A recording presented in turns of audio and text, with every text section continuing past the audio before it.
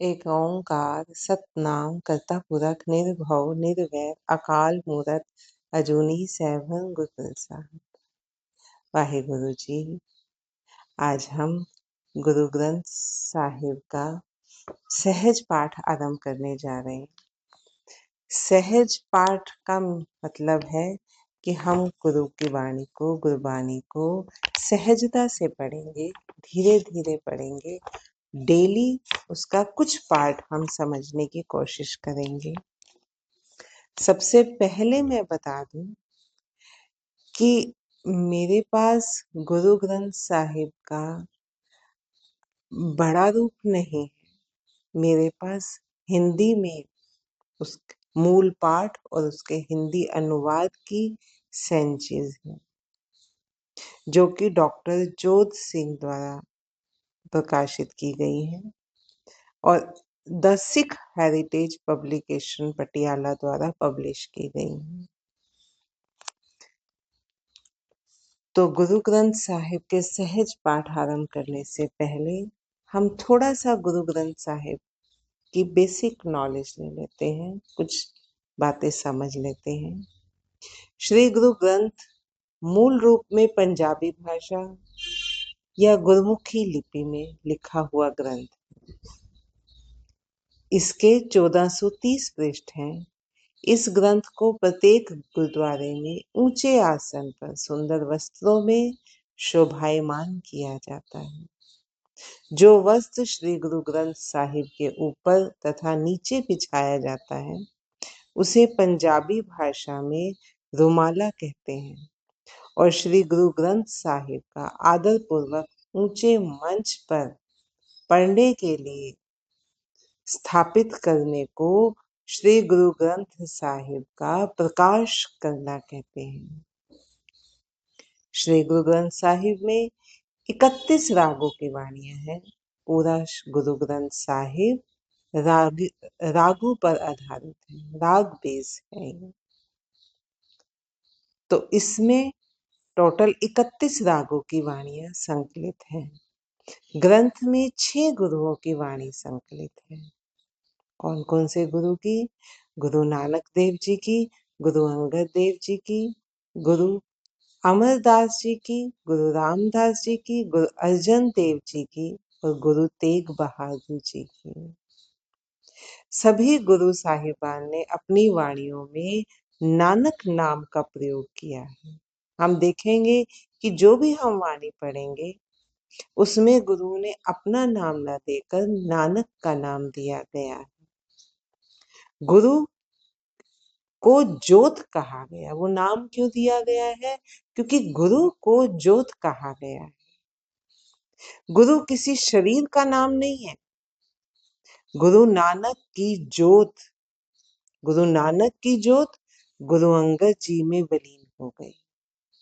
इसी तरह आगे सभी गुरु साहिबान में मोह विलीन हुई। अतः शरीर बदलते गए, ज्योत एक ही रही। इसीलिए गुरबाणी में गुरु के नाम की जगह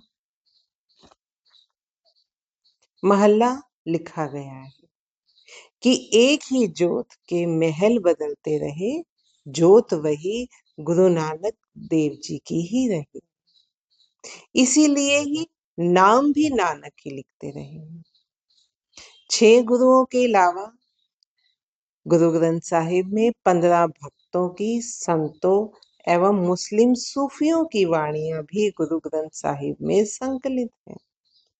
भट्ट समुदाय के सवैये छंद भी शामिल हैं। गुरु ग्रंथ साहिब में जीवन के हर प्रश्नों का हल मिल जाता है। अब जो कुछ भी उसमें खोजना चाहते हैं वो सब कुछ आपको मिलेगा। जिस इंसान की जो खोज हो वह गुरु ग्रंथ साहिब में खोज सकता है। जिसको जीने का ढंग चाहिए वो गुरबाणी में मिलेगा। जिसको उस प्रभु की भक्ति चाहिए तो भक्ति का रास्ता उसमें मिलेगा। किसी को प्रभु का प्रेम में लीन होना चाहिए प्रेम में उसमें मग्न होना चाहिए परमात्मा में, तो उसको मिलेगा। ये हमारी खोज पर है कि हमें क्या चाहिए, वो सब कुछ उस गुरु ग्रंथ साहिब में मिलेगा। गुरु नानक जी की साखियां बताती हैं कि अगर कोई उन्हें कहता था कि आपसे फिर कैसे मिलाप किया जाए, तो वे कहते थे वाणी पढ़ो, मुझे उसी में पाओगे। वो अक्सर कहते थे कि मैं नहीं बोलता, वो करतार बुलवाता है।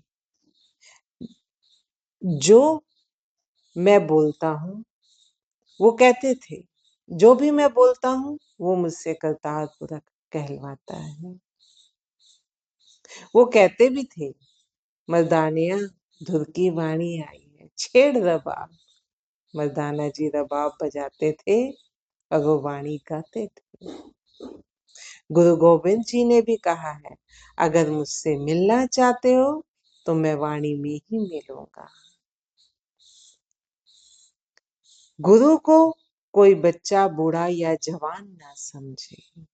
गुरु शरीर का नाम नहीं है, ये ज्ञान रूपी ज्योत का नाम है, जो श्री गुरु ग्रंथ साहिब में विराजमान है। अतः किसी को शंका नहीं रखनी चाहिए। इसीलिए ग्रंथ को गुरु कहा गया। पढ़ रहे हैं ना, गुरु ग्रंथ साहिब। क्यों गुरु कहा गया है? क्योंकि इसमें गुरु का ज्ञान है। गुरु ग्रंथ साहिब में ज्ञान रूपी ज्योत है, इसीलिए उसे गुरु कहा गया है। और उनके पृष्ठों को हम ये नहीं कहते, हम कोई भी ग्रंथ पढ़ते हैं तो हम कहते हैं page number this, page number this, page number this. But Guru Granth Sahib को क्योंकि हम गुरु मान रहे हैं, तो उसके पृष्ठों को अंग कहा गया। गुरबानी के हर राग से पहले, हर वाणी शुरू होने से पहले मूल मंत्र आता है। थोड़ा सा अब हम उस मूल मंत्र के बारे में समझते हैं। मूल मंत्र क्या है? एक ओंकार सतनाम कर्ता पुरख निर्भव निर्वैर अकाल मूरत अजूनी सैभं गुर प्रसाद। ये मूल मंत्र है। इसमें परमात्मा के गुण बताए गए। हम एक एक वर्ड को लेकर समझते हैं। जैसे सबसे पहले है एक ओंकार। एक का मीनिंग हम सबको पता है कि एक, है ना। ओंकार, ओंकार है उस पर ब्रह्म का नाम, है ना। जो क्या कहते हैं, हम कहते हैं ना कि भ्रम, भ्रम क्या है? भ्रम है ब्रह्मांड, जो ब्रह्मांड से भी परे है। सारी सृष्टि, पूरा ब्रह्मांड तीन गुणों से मिलकर बना है, रजोगुण, सतोगुण, तमोगुण। इन तीनों गुणों में जो सारी प्रकृति चल रही है, उसका आधार में, उसके आधार में कह ले एक ही परमात्मा है। इसीलिए कहा गया है एक ओंकार की इस पूरी सृष्टि का रचयिता वो एक सर्वशक्तिमान परमात्मा है, जो इस ब्रह्मांड से भी ऊपर है। उसके बाद सतनाम, जिसका नाम सत्य है। उस परमात्मा, वो परमात्मा जिसका नाम सत्य है। सत्य वो है जो भूत, वर्तमान और भविष्य में बना रहता है। हम कहें कोई भी चीज कि नहीं ये सच, किसी भी चीज को हम ले लें, है ना, कि ये सच है, ये झूठ है, इसका पता कैसे चलता है? पूरी सृष्टि की सजीव हो निर्जीव हो चीज, वो सारी मतलब अपना रूप बदलती रहती है। जैसे कल थी वैसी आज नहीं है, जैसी आज है वैसी कल नहीं रहेगी। सृष्टि का कण कण हम कहते हैं कि विनाशशील है, उसका विनाश होगा ही होगा। पूरी सृष्टि तीनों गुणों से मिलकर बनी है, लेकिन उसमें आप देखो उस क्रिएटिविटी में रोज चेंजेस आते हैं। हमारी बॉडी में ही कितने सेल हैं, है ना? और हर सेल में रोज टूट फूट होती है। सितारे हैं, पर्वत है, नदियां हैं, सब छोटी से छोटा कण है, सब में कुछ नया बनता रहता है, कुछ पुराना टूटता रहता है। तो जो चीज कल कुछ और थी, आज कुछ और है, उसको हम सत्य नहीं कह सकते ना। वो तो कल कल जो उसका रूप था वो चेंज हो गया, तो वो सत्य नहीं है। परंतु परमात्मा ऐसा है कि जो कल भी सेम था, आज भी सेम है, और आगे वाले कल में भी वो सेम ही रहेगा। सत्य क्या है? जो कल भी सेम रहे, आज भी, और आने वाले कल में भी जो सेम रहे। तो एक परमात्मा ही है, एक परमात्मा का नाम ही है जो प्रेजेंट, पास्ट और फ्यूचर के पार है। वो इस काल में नहीं बंधा हुआ है। उसी को सत्य कहा जाता है, जो कल भी सेम रहा, आज भी सेम है, कल भी सेम ही रहेगा, उसमें कोई चेंज नहीं आने वाला।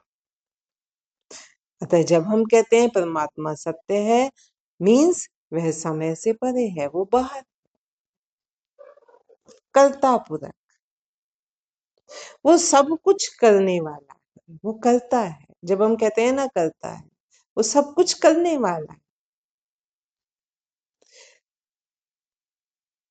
इसका मतलब ये है कि जो जो कुछ भी क्रिएटिविटी हो रही है, जो कुछ नई सृष्टि बन रही है, उसका करणहार वो परमात्मा है। जो रचना रची जा रही,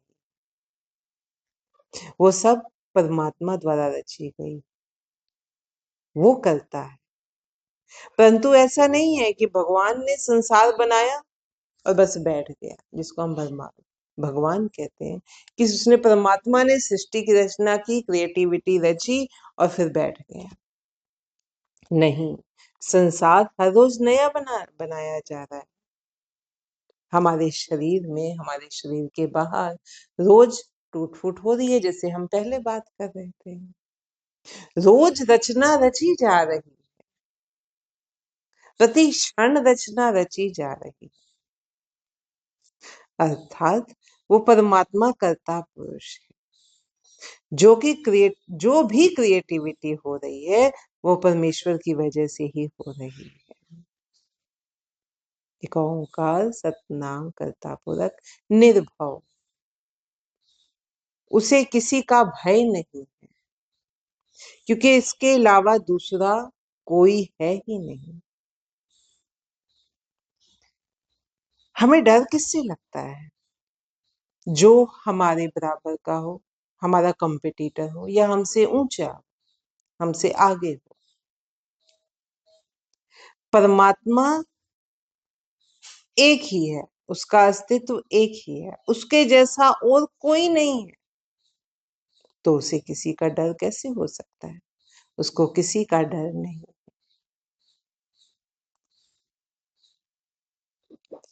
परमात्मा निर्भय है, इसलिए उसका न्याय भी धर्म का न्याय कहा गया है। कर्मों के फलों के अनुसार जीव का जन्म होता है, या और भी जो भी क्रिएटिविटी वो रच रहा है, उसको रचने में, उसके कर्तापन में, उसको किसी की सलाह लेने की जरूरत नहीं है, क्योंकि उसके जैसा कोई है ही नहीं, उसको किसी का भय नहीं, वो किसी से पक्षपात नहीं करता अपने न्याय करने। जिसने जैसे कर्म किए, उसको वैसा फल मिलता जाता है। वो कर्म उसके संस्कार बन के उसके साथ जाते हैं, और आगे उस हिसाब से उसकी नई क्रिएटिविटी होती है। हम कहते हैं ना, कोई ऊंचा कोई नीचा, फिर भेदभाव किस, उसका न्याय धर्म का न्याय, वो किसी से पक्षपात नहीं करता। वो क्यों? क्योंकि उसको किसी का डर नहीं। जो जैसा कर्म करेगा, चाहे फिर वो अमीर है, चाहे फिर वो गरीब है, चाहे वो ऊंची जात का है, चाहे वो नीची जात का है, उसके लिए सब बराबर है। उसका न्याय धर्म का न्याय, क्योंकि उसको किसी का भय नहीं, वो पक्षपात नहीं करता। जिसने जो कर्म किए वैसा ही फल उसे मिलेगा। निर्वैर, क्योंकि उसके अलावा कोई और है ही नहीं, तो उसका किसी के साथ कोई वैर नहीं। जो जैसा बना है, ऊंच नीच या जिस जून में वो गया है, कोई भी जीवात्मा, तो वो अपने कर्मों के कारण गई है। उसका किसी से वैर नहीं है, वो उसके न्याय में, उसके हुक्म में, उसकी रजा में हुआ है, तो वो निर्वैर है। अकाल मूरत, वो काल से परे है परमात्मा। जब कुछ भी नहीं था तो भी वो था, अब भी वो है और वो रहेगा ही। जीवों पर, सृष्टि पर काल का प्रभाव पड़ता है ना। जीवों पर काल का प्रभाव पड़ेगा, लेकिन उस परमात्मा पर, जैसे हम देखें, जीव पेड़ पौधे बढ़ते हैं, बचपन जुबानी बुढ़ापा आता है। नदियां पर्वतों में भी निरंतर चेंज होता है, परंतु वो परमात्मा काल के इफेक्ट से परे है। इसलिए सदा उसको नवीन कहा जाता है। नवीन क्या है? जो नया नया, हम कहते हैं ना, एक चीज नई नई आई, आहा, अगले दिन उसमें थोड़ी सी कुछ चेंज आई, वो थोड़ा सा पुराना हो गया, 10-15 दिन बाद हम कहेंगे उसको पुराना हो गया। क्यों? क्योंकि उस पर काल का इफेक्ट आया है। लेकिन परमात्मा, परमात्मा सदा ही नवीन।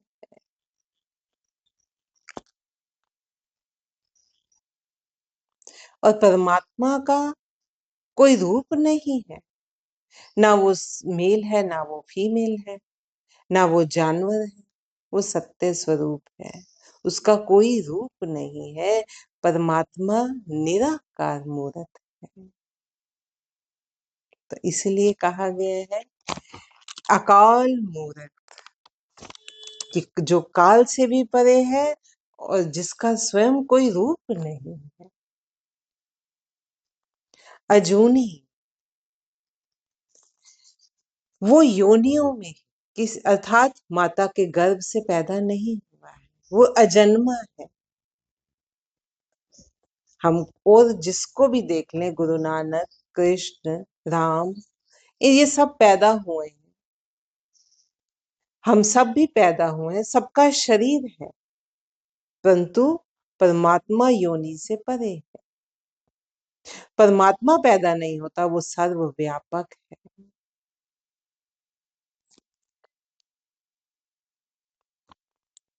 वो, उसका परमात्मा को कोई शरीर नहीं। एग्जाम्पल्स हैं, जैसे हवा है ना, एयर है, उसमें कितनी सारी गैसेस हैं, hydrogen, helium, oxygen, carbon dioxide, लेकिन जिसमें वो सारी गैसें हैं, वो एयर है ना, वो अलग है उन सब से। वो रूप उसी का कही जाती है, लेकिन वो अलग है। ऐसे ही हवा का कोई रूप रंग नहीं, हवा का कोई जन्म मृत्यु नहीं, उसके अंदर जो गैसेस बन रही है उनका तो है। ऐसे ही वो परमात्मा है। सैभं, परमात्मा स्वयं प्रकाशित है, स्वयं भू है, वो अपने आप से अपने आप प्रकट हुआ है। गुरु प्रसाद, गुरु का अर्थ है चेतना। परमात्मा परम व्यापक चेतना है। आप उसको किसी बाहरी विधि से नहीं जान सकते। गुरु को हम थोड़ा और डिटेल में करेंगे नेक्स्ट रिकॉर्डिंग में। परमात्मा सर्व, वो चेतना से जाना जाता है। गुरु का मतलब चेतना है। उसे चेतना से ही जाना जा सकता है।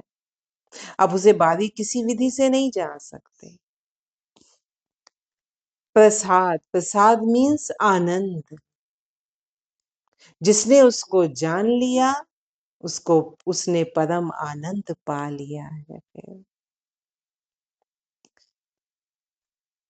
तो आज हमने मूल मंत्र का मीनिंग जाना। कल हम थोड़ा सा इसमें नेक्स्ट रिकॉर्डिंग में, आज ही, कल क्यों, आज ही थोड़ा सा गुरु के बारे में डिटेल जानेंगे। उसके बाद हम गुरु ग्रंथ साहिब के सहज पाठ आरंभ करेंगे।